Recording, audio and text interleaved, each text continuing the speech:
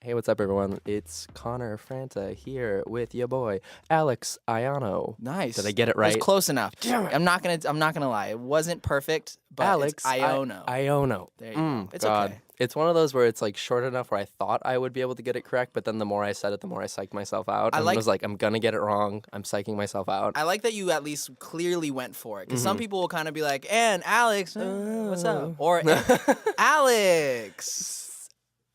Introduce yourself. Yeah. Yeah, I feel that. We were just talking about boxing. I used to, there was like a 3-month period of my life where I was boxing every single day. Nice. It's exhausting. It is exhausting. Do you still also, box?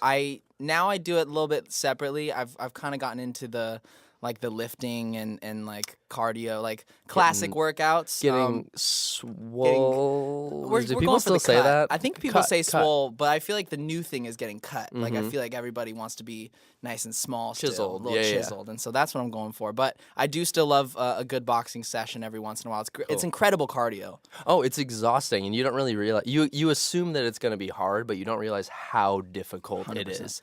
Especially when they're at least like 50 uppercuts. Yeah. Oh my You're god. like, nah, about 6. And it's too. I'm from the Midwest, so I'm not that aggressive, and obviously boxing is very aggressive Yeah. in its nature. So it's even more difficult for me. I'm like, I don't want to. But it's a real stress reliever too. Yeah, Like for sometimes sure. like you get in a fight, or you not a real fight, like a verbal fight.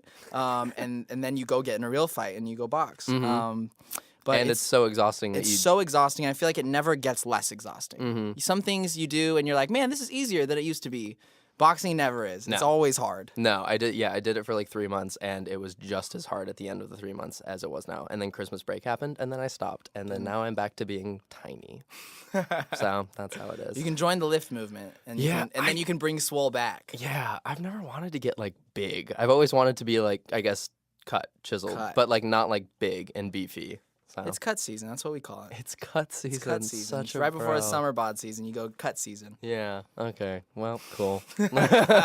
We'll see. So tell me a little about yourself. I know you grew up in Phoenix and you moved to LA when you were around 14 years old. What was growing up? Did you grow up in actual Phoenix, or did you grow up outside in a smaller town, or? I don't know. I don't know exactly what it like.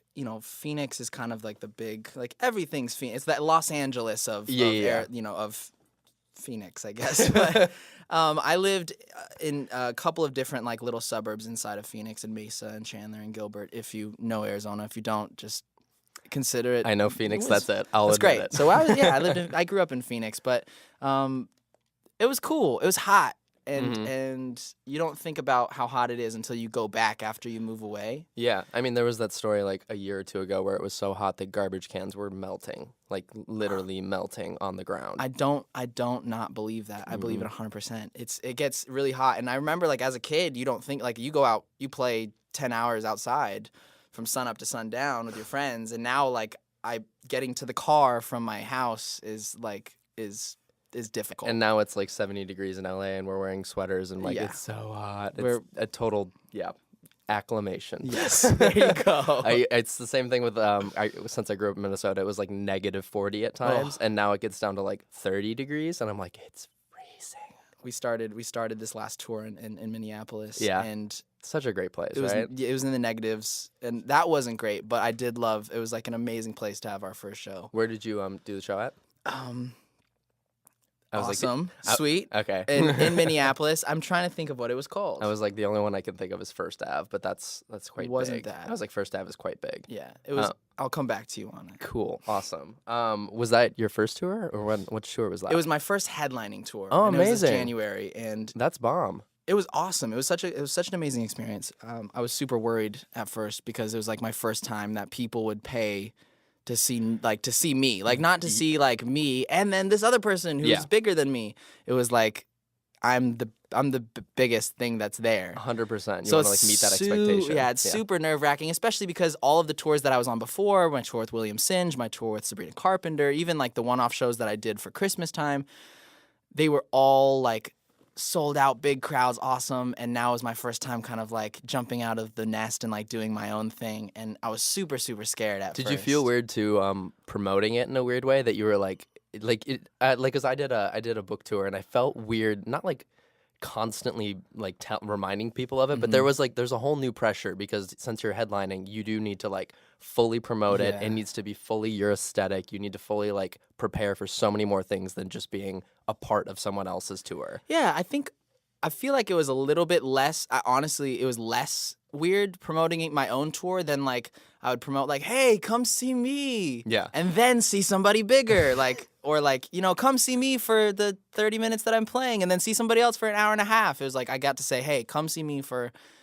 This is my show. I'm going to do everything that I want to do. There's no rules. There's nobody saying I have to get off stage at a certain point. If I want to play for 4 hours, some people will probably be not too happy, but like I'm not going to get in trouble or kicked off of a tour or anything because it's my own. So it was nice because I felt like not that promoting any of the other tours felt ingenuine, but I loved that I could really say to them, hey, like I'm working my ass off every single day trying to get this tour together, and I'm so excited for you guys to see it. And it felt like real. Like it felt there's so much pure happiness in like telling somebody like, come to this show because this is who I am. Not that the other ones weren't, but this is like from A to Z everything that I am. Totally. And I was gonna say you planned out the whole entire thing. So me getting anxiety out of that, you were getting like excitement and happiness out of it. This shows our personalities. There we go. So much anxiety out of it. So you moved to LA when you were a teenager. Did you were you pursuing music in Phoenix as well, or was it more of you had an interest in it and you moved to LA and that was like the pursuit? I think yes to both, only because in Phoenix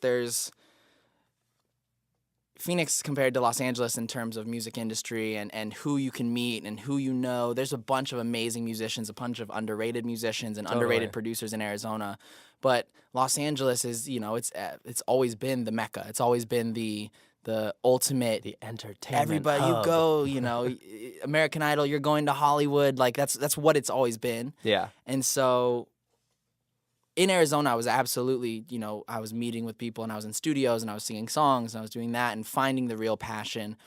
And I think I would say Arizona is where the passion was created. Yeah. And then we moved to Los Angeles, and that's where we grew. That's where I say we as in, me and my family and my team around me. So did your whole family move too? It was Yeah. a whole, oh, that's amazing. It was crazy. It wasn't like an individual. That's so much nicer. Yeah, it was amazing. And I think, and I always give credit to my family. They were definitely probably the biggest piece of the puzzle, just because if it wasn't for my parents saying, okay, we believe that our kid is going to do what he dreams of doing, and we have to move to Arizona, or we have to move out of Arizona to Los Angeles. We have to leave our jobs. We have to leave our friends. We have to leave everything.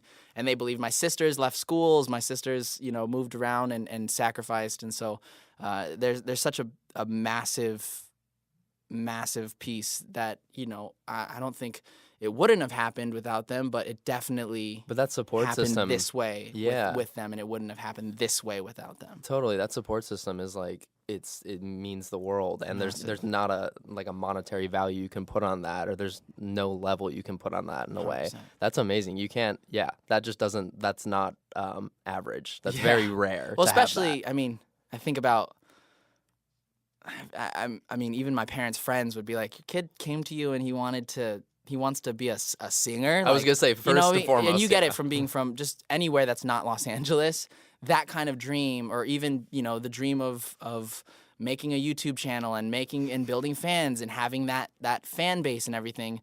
To anybody who hasn't been there or hasn't experienced somebody being there directly, is gonna say you're absolutely stupid. You're that sounds your fictional. kid's gonna make it. Your kid's gonna have money. Like he's gonna make this his job. Like, good luck. We'll see you in 2 years. 100%. And so the fact that my family not only moved out, but believed in me enough to move out, and believed that even more than me sometimes, that this was gonna happen.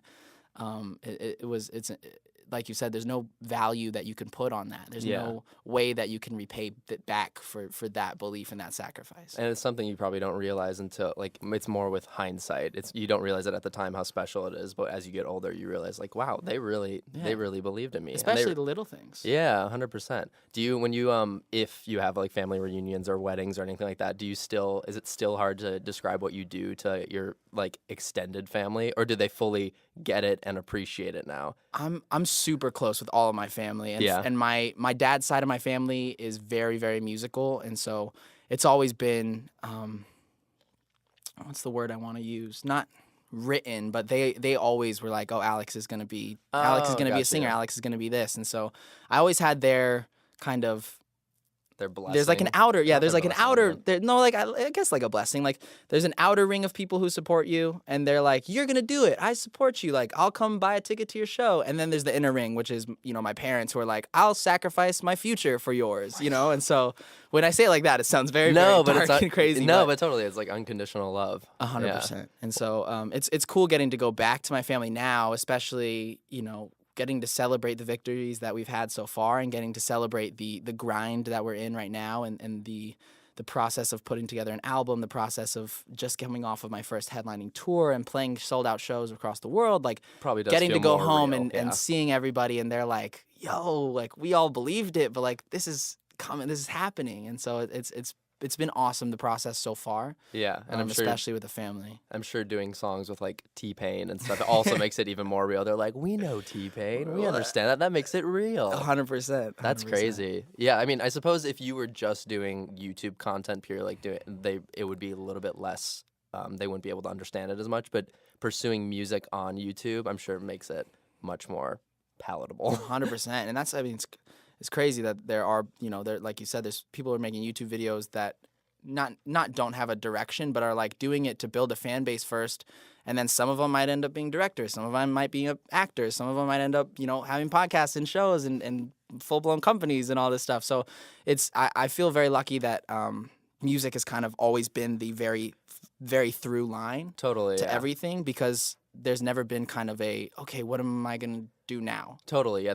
I mean, like looking back at your videos, it doesn't seem like there was really like a confusion. You didn't start off necessarily vlogging or anything, or there wasn't like. I tried it. It was garbage. No, heads up, if you're listening to this, please just don't go look at that. I left them there for the organic, look where I came from. But please don't watch them. Leave the views where they are. Yeah. I know. Yeah. Do you find it hard to vlog? Like it's just not natural. It's just.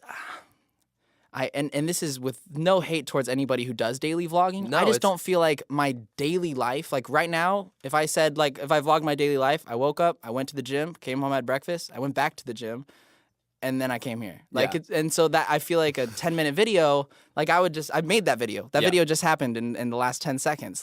So I don't feel like I do enough cool stuff on a daily basis to vlog, but like when I'm on tour and I'm doing cool stuff, I'm going to new cities, trying new foods, like going on adventures, that's to me is like that's valuable. So we'll do tour vlogs or we'll do like joking videos of showing what it's like to be on tour. Totally. But on like the daily, everyday basis, I give so much props to people who can create quality content on a daily basis. It must, I've never wanted to be a daily vlogger, and I've never envied being a daily vlogger purely because of that. Because my like daily life, but also my weekly life, I'm like it's like very. Yeah, I couldn't even do a weekly vlog. It's interesting to me, but it's not interesting to anybody else. 100%. I was like, it is very much that like wake up, work out, do emails, or do something like on my computer that I can't show what I'm doing because it doesn't make sense. Pertains to future stuff too that you that might as not well. want to talk about. Yeah, coming soon. Yeah, that whole thing. I know. Yeah, it's absolutely like exhausting. Yeah, but I mean, like it is really, you are unique in that sense that a lot of people do kind of try to manage both if they're trying to be a musician. They kind of have that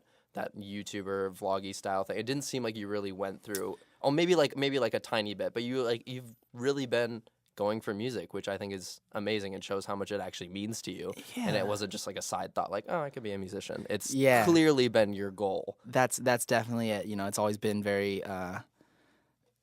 Not as much like what am I gonna do, but it's more like how am I gonna do what I know I want to do. Totally. And I've always wanted to connect with the fans, which is why I did try vlogging. I always did try, I did try challenges and I tried, everything. I really tried them because I was like, man, I see other people who are doing music or people who aren't doing music but want to get into music that are doing this daily vlogging or challenges or lifestyle YouTube, as you will. It just was, for me, the most me way to be me was to, connect on other social platforms or to do live videos and talk to them and get out to them and meet them and really connect with them in person. But, like you said, and kind of like it's kind of the overall thing, especially with YouTube, is that it doesn't matter how, it just matters that you do something. Some people will get big off of daily vlogging. Some people get big off of, making cover videos. Some people get big off of literally anything. Yeah, no, totally. I mean, speaking of which, the way I first saw you was through, or at least saw your videos was through like you had such a like a year and a half ago where like you had such like a huge, it was either Facebook or Twitter where like a lot of your covers or renditions would go like massively viral to the point where your two most viewed videos have over 60 million views on YouTube. That's unheard of. Yeah, I was mad at first because the first videos that went viral were not on my channel. They were Facebook like reposts from like other random videos. You. But then it ended up spilling over and coming over to my channel, which then I got a little bit less mad about. But then did you start watermarking or something?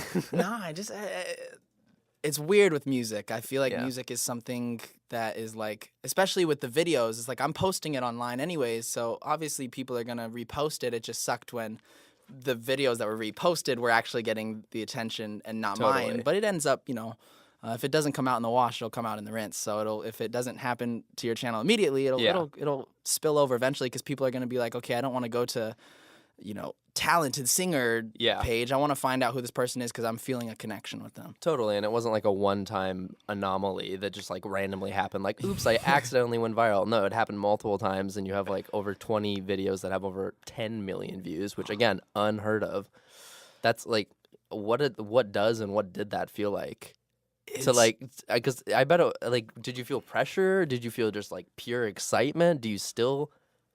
At the time, especially at the time, it was almost like you can't really explain it. It's like the difference between like 1 million views and 10 million views is like it just kind of stops mattering. It's like, wow, like 1 million views, that's crazy. And then it's just like, okay, cool, this is now really crazy. But you can't like, it's not like you don't feel anything different. Yeah. It's just like a visual thing. But did you feel like pressure because your covers are like doing so well that you like had to keep going in that lane, or was it more of like an excitement of like I'm excited to start doing my own music? I'll be honest with you. I think it was a mixture of the last thing you just said about I'm excited because I'm going to move on and do my own music.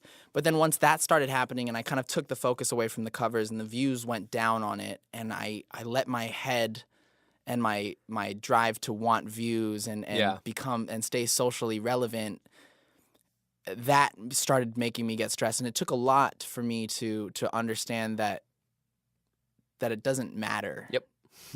Well, it's like a clickbait title. It's like, I know one version is going to get more views, but does that matter? Those views aren't like those.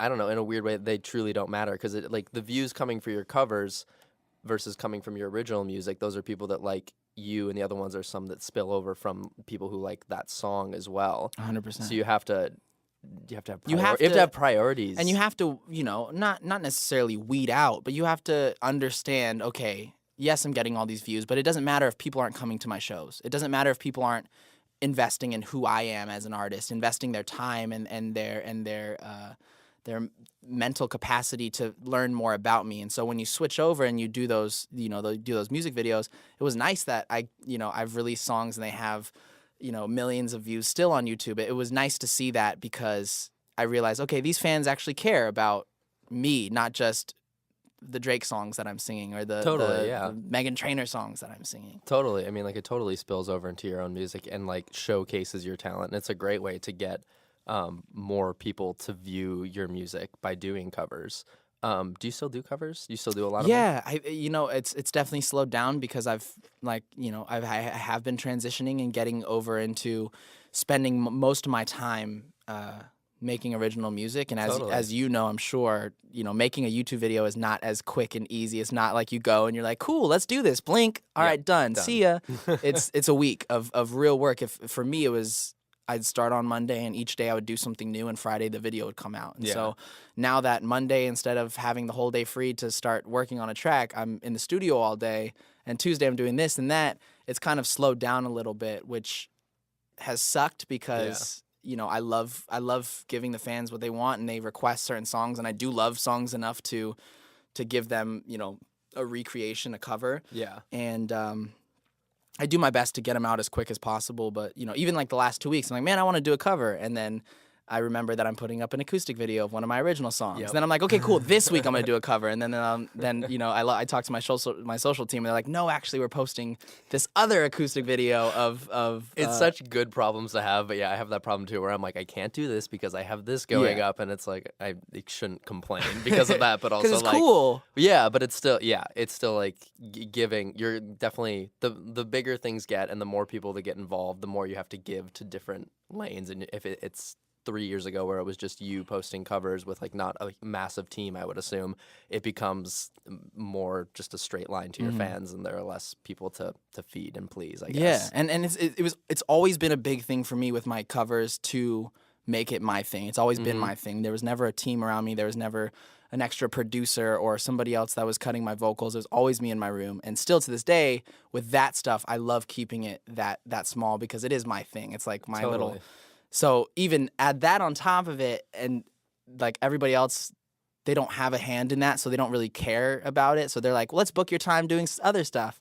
It definitely makes it a challenge to take that time for myself and be like, okay, I'm gonna sit down and I'm gonna make this cover. And then somebody calls me and they're like, hey, can you go to the studio right now? And I'm like, yes, I'm happy to do that. So you signed with Interscope was it about a year ago or a little longer than a year ago? Ish. It was something like that. I think it was a little longer than a year ago. Yeah, I think we're getting. Your first song came out with them in January of last year. Yeah.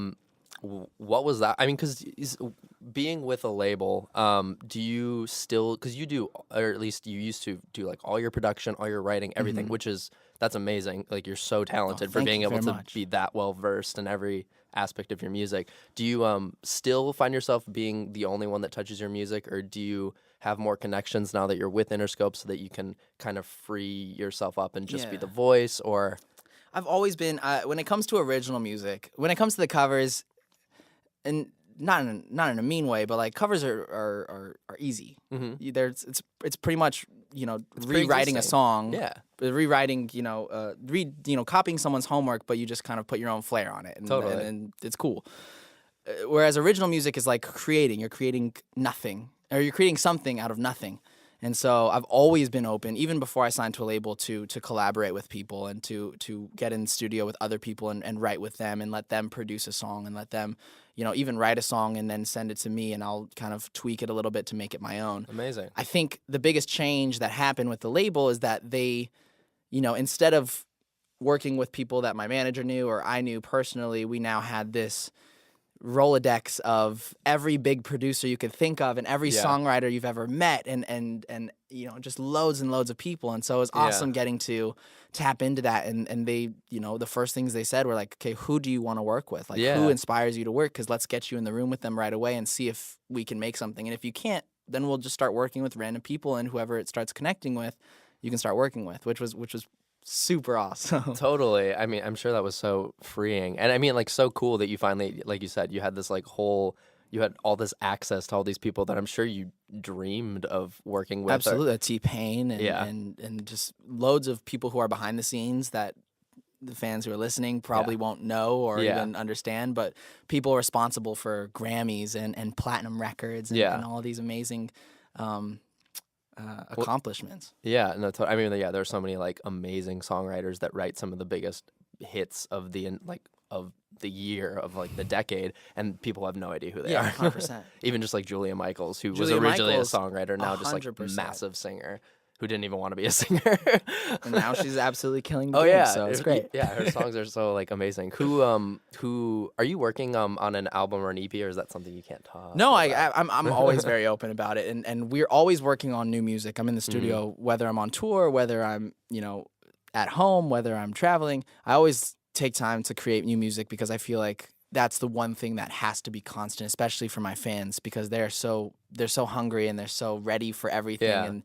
And so I always want to just completely, keep going, especially because I also go through life. Like I experience new things, and I'm like, man, I should write a song about this because this is a very interesting situation. And it's like a muscle, and you want to keep working it out. 100%. Otherwise, you'd get probably pretty rusty if you stop for a really long time. Yeah, but right now we are definitely working on new music, and whether it ends, I think it'll be an album. Yeah. But it also comes down to how many songs we love. How many songs do we love enough to release right now, or how many songs? So it could be, you know, we might put out another single, we might put out 2 more singles or 3 more singles, and then put out an EP, and then put out an album. Yeah.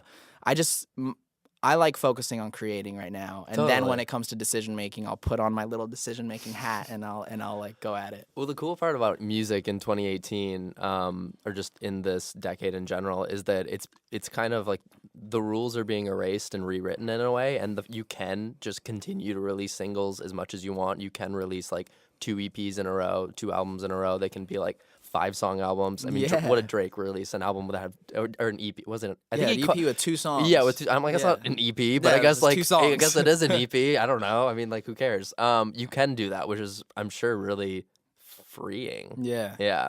How you feeling tonight? Great. This one's called Thinking About You.